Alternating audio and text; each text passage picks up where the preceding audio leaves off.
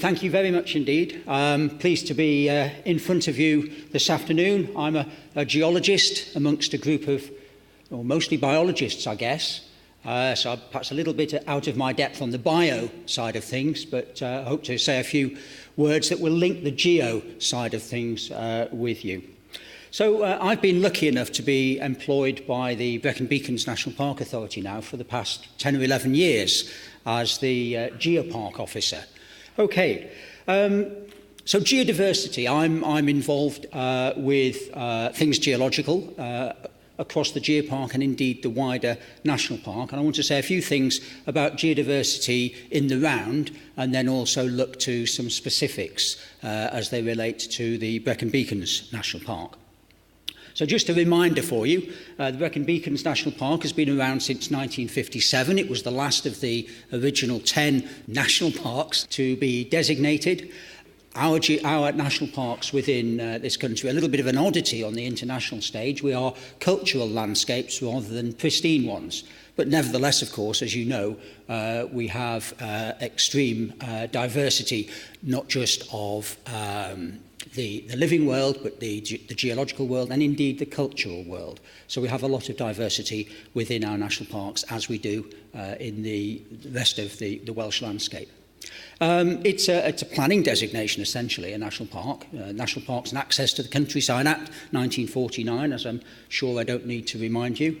The national park as a whole extends to just over 500 square miles, and of course it's one of three within Wales. And I just wanted to remind you about the purposes of a national park in the Welsh and indeed the English context. It is to conserve and enhance the natural beauty, wildlife and cultural heritage of the park. Second purpose, of course, is to enable people to enjoy that in an appropriate way. We've had an extra duty imposed upon us, gladly, in recent years, and that's to support the social and economic well-being of communities in and around the park. So the work that we do is framed within that context. Now, fewer people will be familiar with geoparks. Our national parks have been around for 60 years or more. Geoparks have only been developed in the past 15 or 20 years. And indeed, this particular geopark, which occupies the western half of the national park, has been around since 2005. I've been in place since 2007, very often coordinating the efforts of others, specialists, be they historians, archaeologists, ecologists, wardens and so forth, and hopefully I bring some expertise into the mix myself. Just over half of the national park is designated as a geopark. Unlike national parks, though, we don't get that status for life. We go through a peer review process every 4 years. So in common with the other 6 or 7 geoparks within the UK, and indeed the 70 within Europe and 140 or so around the world, we have to, we're kept on our toes. We have to demonstrate that we're continuing to do good work. Now, a common misconception about geoparks is that it's all about rocks. Well, it's not. I'm here to tell you that. I'm a geologist by training. I care about rocks. But the geopark is about much more than that, and it's one of the reasons why I'm here today. It's making links between the underlying geology, and that underlies both in a physical and indeed in a metaphorical sense. It underlies all these other ologies and indeed other disciplines, and I've listed a few here. Obviously our history and prehistory, archaeology, much of which is made of geology, and some of which contains a little bit of biology on the surface, thinking of mosses and spleenworts and so forth. So all many different aspects of natural history are a part of the geopark story. Then there's the intangible heritage as well, our mythology, our stories and our legends. The built heritage, this is where the cultural side comes in as well. Think about Brecon Cathedral, for example, in the context of the national park. Farming, land management of various sorts. So all of these come into the mix. It's not just about rocks. Okay, I needn't bore you with definitions of biodiversity. I'm sure you know many more definitions of biodiversity than I ever will. So I'll go on from the well-defined subject of biodiversity onto geodiversity, which perhaps fewer people are familiar with. Now, the UK Geodiversity Action Plan website has this particular definition: the variety of rocks, fossils, minerals, natural processes, landforms and soils that underlie and determine the character of our landscape and our environment. So it's not just about things, but it's about processes as well. And this business about it underlying and determining, that's hinting, isn't it, or more than hinting, at the links with biodiversity and indeed with cultural diversity. In a sense, geodiversity underpins biodiversity. We're all part of a wider, diverse mix. If we look at the technical advice note, number 5, published by Welsh Government, it's a variation on the theme. We're looking at the variety of geological environments, phenomena, and active processes that make landscapes, rocks, minerals, fossils, soils, and other superficial deposits, along with the natural processes. So again, we're getting the dynamic element in here that shape the landscape and the framework for life on Earth. And of course, that's aimed at planners and developers. A couple more definitions just quickly. A rather dynamic one here. The process, it's a process of recognising and assessing the value of geological features, and brings in here collections, sites, monuments. So we're talking about not just what's out in the natural world, but the use that mankind has made of rocks and the research and the things that have come from that. So collections of geological maps, for example, could be considered to be a part of geodiversity. Artworks too, and again, we've been able to use in various research projects artworks prior to the development of photography to assess changes in landscapes. And then we're talking about practices for care, maintenance and management. And a rather abstract definition of geodiversity is the mutual communication of geological knowledge and conserving our past for the future. So that's looking ahead. Hopefully that's what I'm doing today. We're doing a little bit of communication here.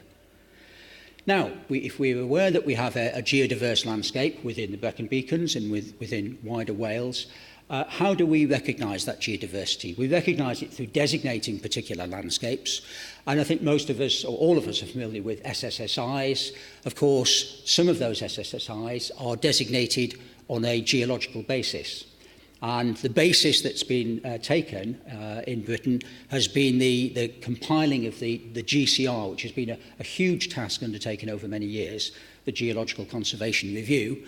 And these are just some of the titles, the volumes in that series that actually apply to Wales. There are other titles in the series that don't apply to Wales, but each of these does. And I have a number of these on my bookcase in the office and make frequent reference to them.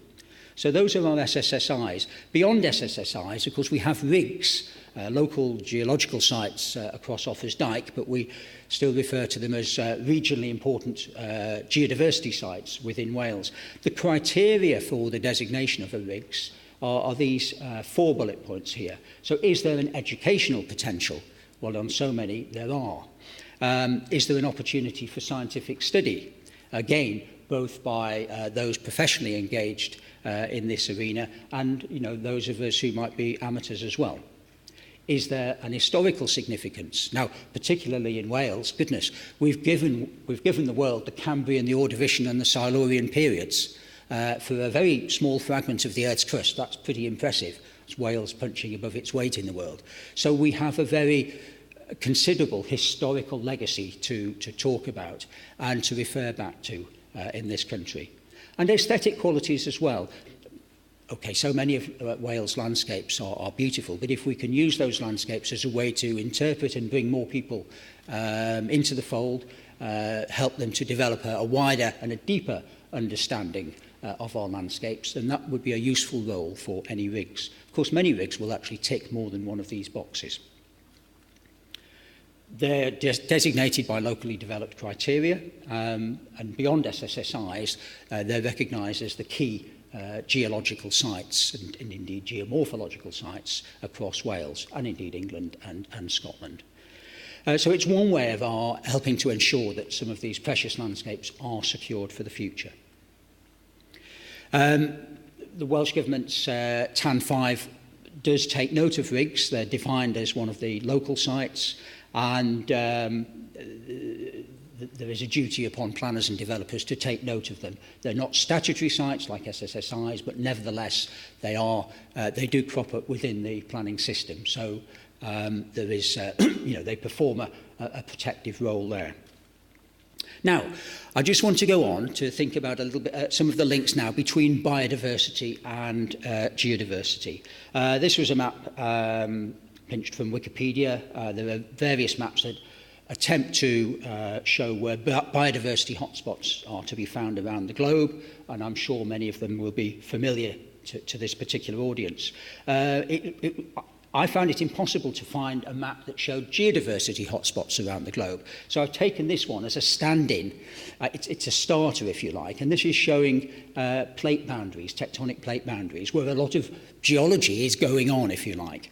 And I think it's probably fair to say that these are amongst the most geodiverse places in the world, but they're not exclusive in that. I tried to match the two up, and indeed in some areas, the Caribbean and Central America seems to be a good example where you can match geodiversity and biodiversity. So what I'm saying is there are links between geodiversity and biodiversity.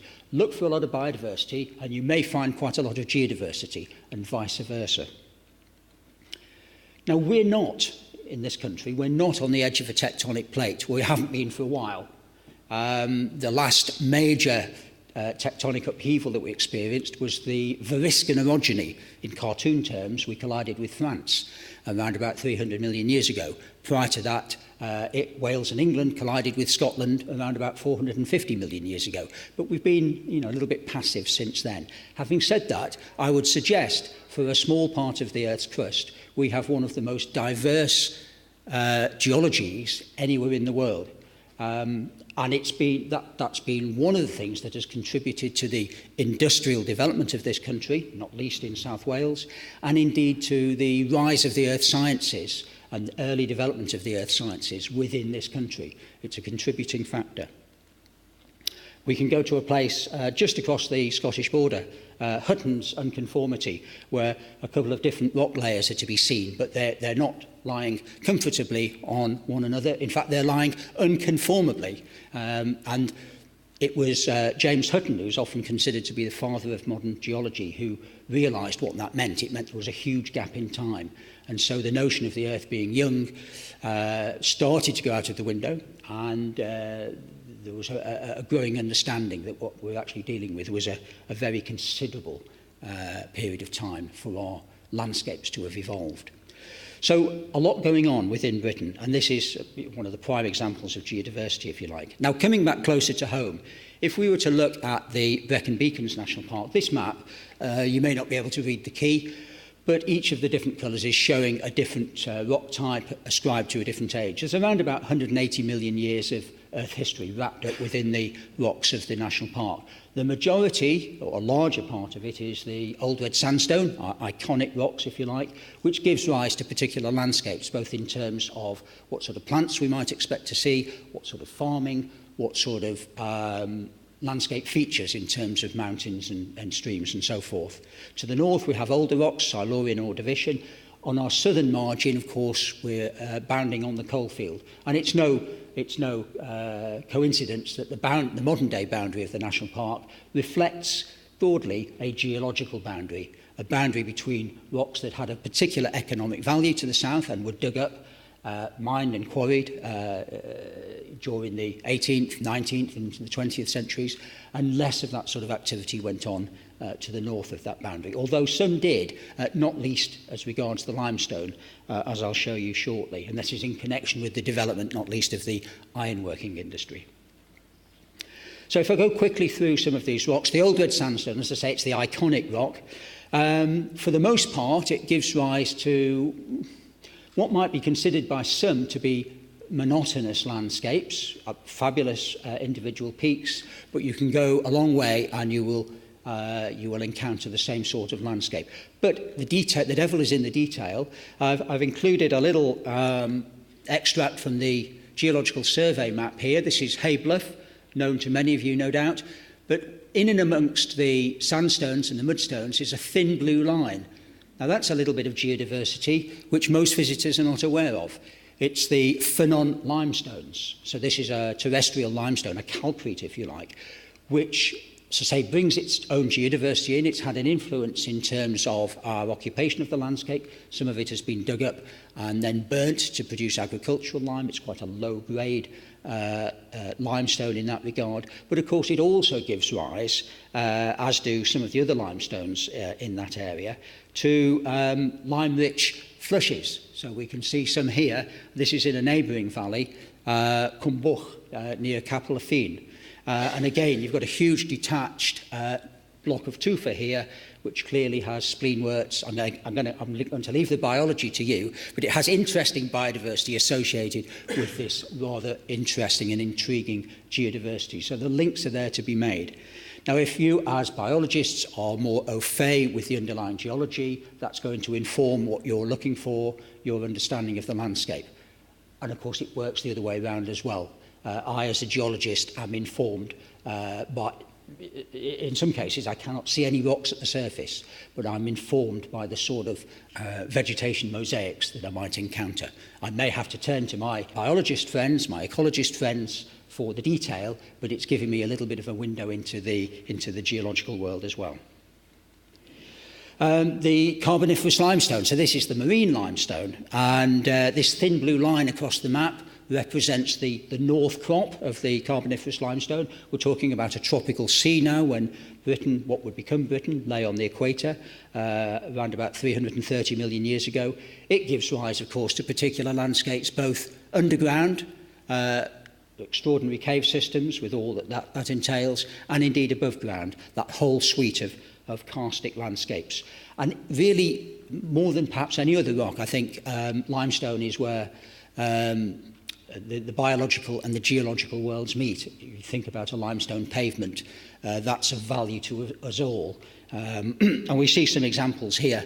We haven't got a huge amount of limestone pavement in Wales, of course. A colleague of mine mapped much of from a biological perspective, from a botanical perspective, mapped much of it a few years ago. I think we've got about 75% of Wales limestone pavement within the Brecon Beacons National Park.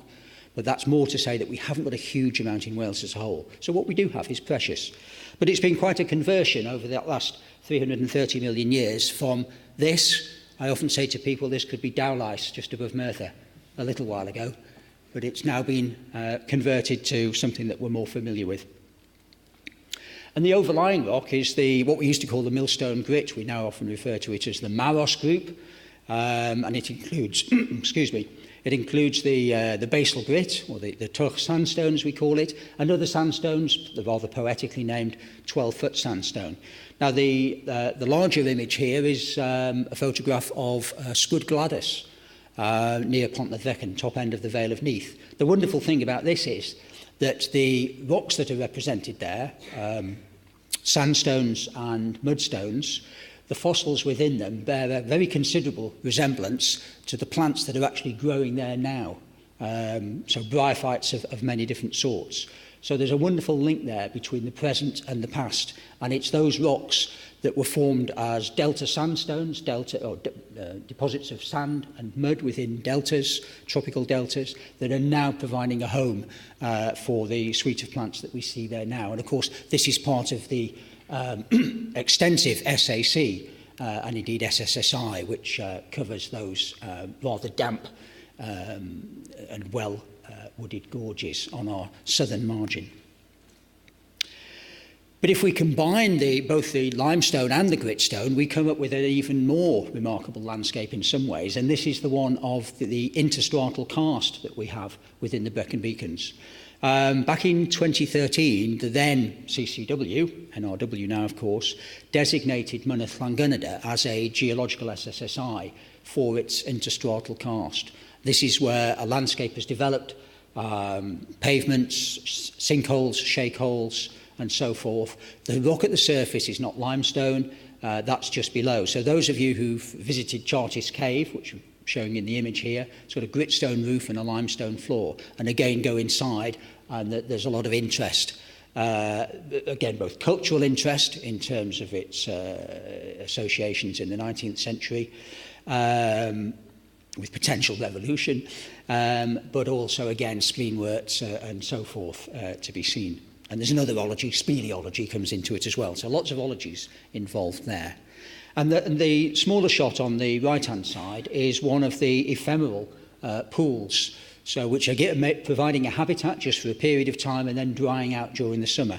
This particular one, I've encountered newts there on occasion. It's a rather acidic moor for the most part, but in the near ground, that green grass is representing the very edge of the limestone outcrop. So a good look at the geological maps, both at the bedrock and indeed the superficial deposits beforehand, and matching that up with the vegetation can provide us, again, geologists and biologists, with some insights, further insights into that landscape. I mentioned this one as well. A lot of our visitors to waterfall country around Ystrad and Pontypridd, they tell me that, oh, there's lots of waterfalls in the limestone. No, that's not the case. Some of the gritstone can look like limestone at a distance, but it's mostly gritstone, it's mostly sandstone and mudstone.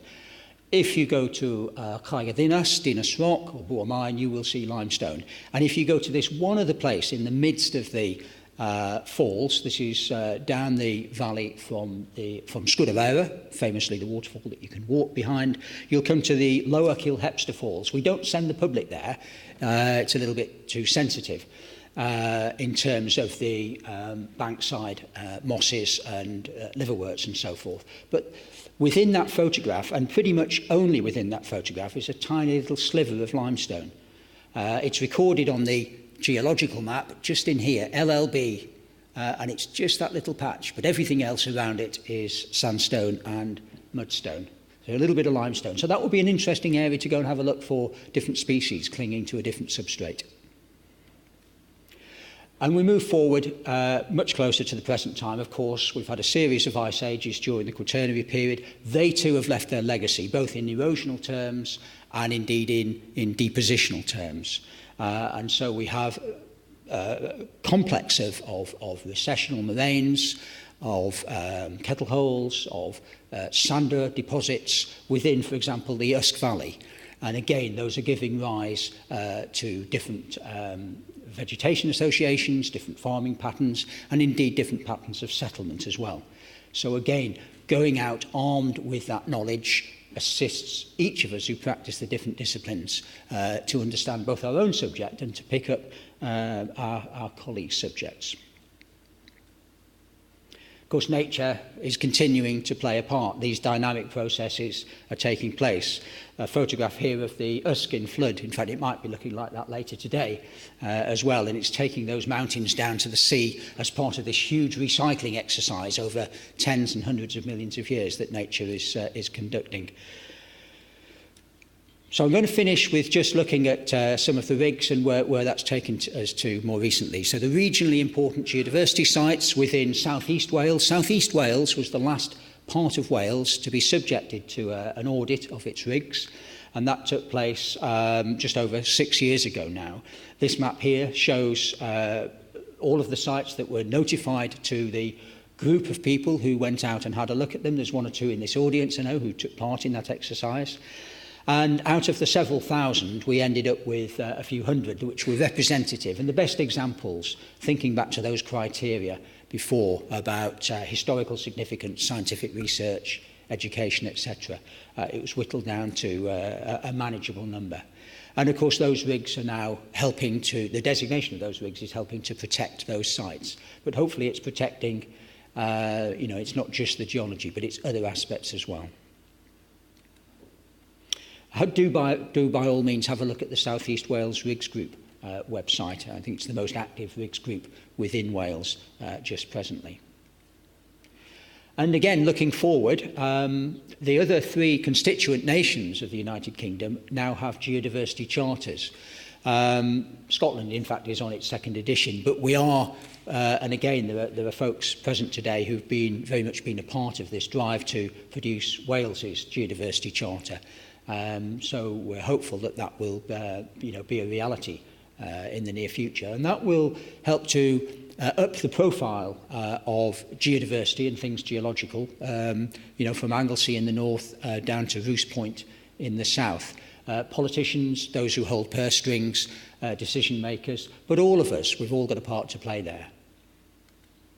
So I'm going to finish just by saying that, look, here's a bit of cake. I'm sorry we had lunch. If you didn't get any cake, it's perhaps pops a little bit too late.